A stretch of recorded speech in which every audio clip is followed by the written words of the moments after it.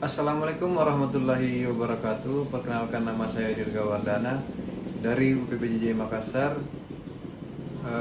Video kali ini diperuntukkan untuk pengerjaan tugas 2 mata kuliah administrasi jaringan. Oke, langsung saja.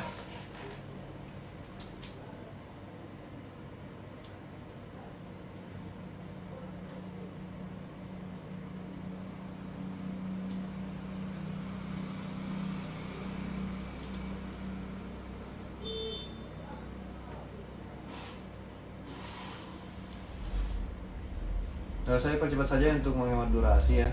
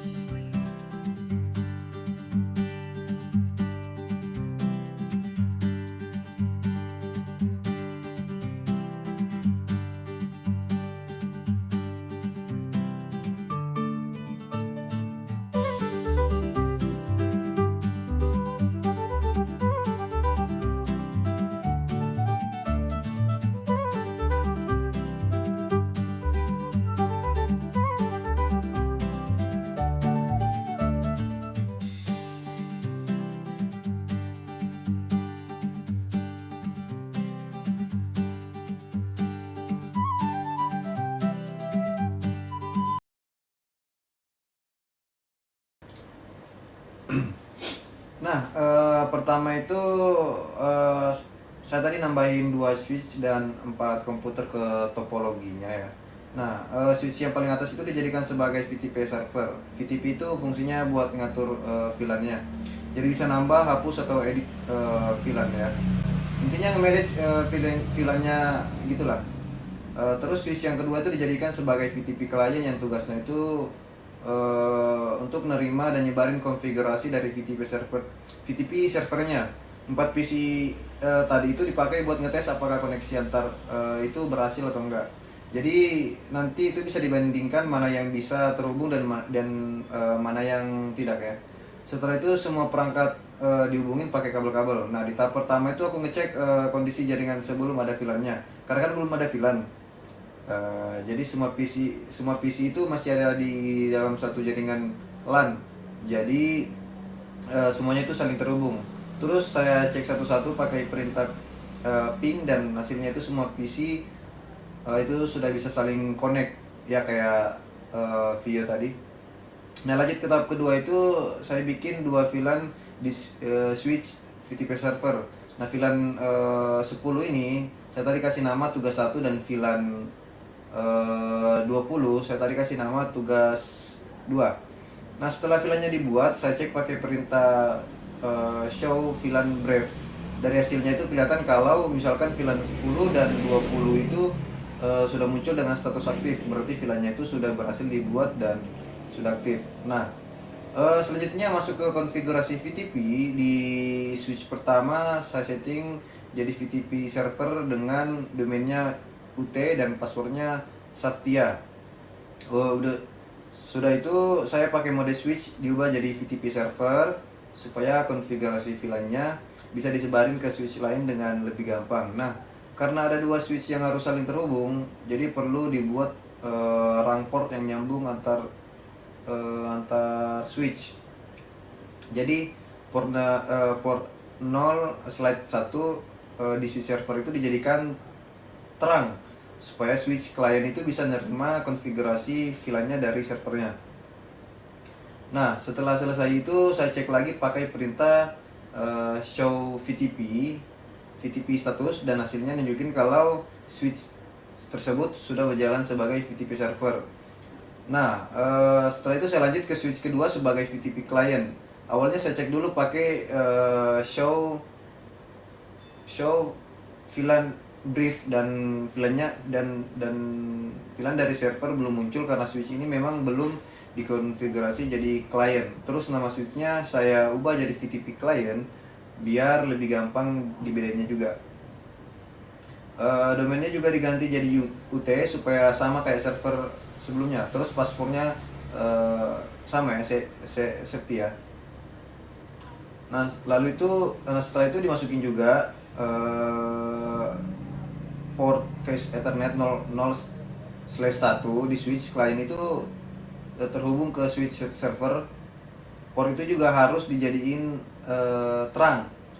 Jadi setelah kedua switch itu sama-sama jadi terang, otomatis konfigurasi VLAN-nya dari server langsung nyebar ke klien. Ini bisa dibuktikan waktu tadi saya cek pakai show VLAN brief di switch kliennya. Nah, walaupun di switch klien saya tidak bikin VLAN secara manual, VLAN 10 dan VLAN 20 itu langsung muncul otomatis dari server. Setelahnya saya cek lagi pakai show VTP status, dan statusnya sudah berubah jadi VTP client. Selanjutnya saya masukkan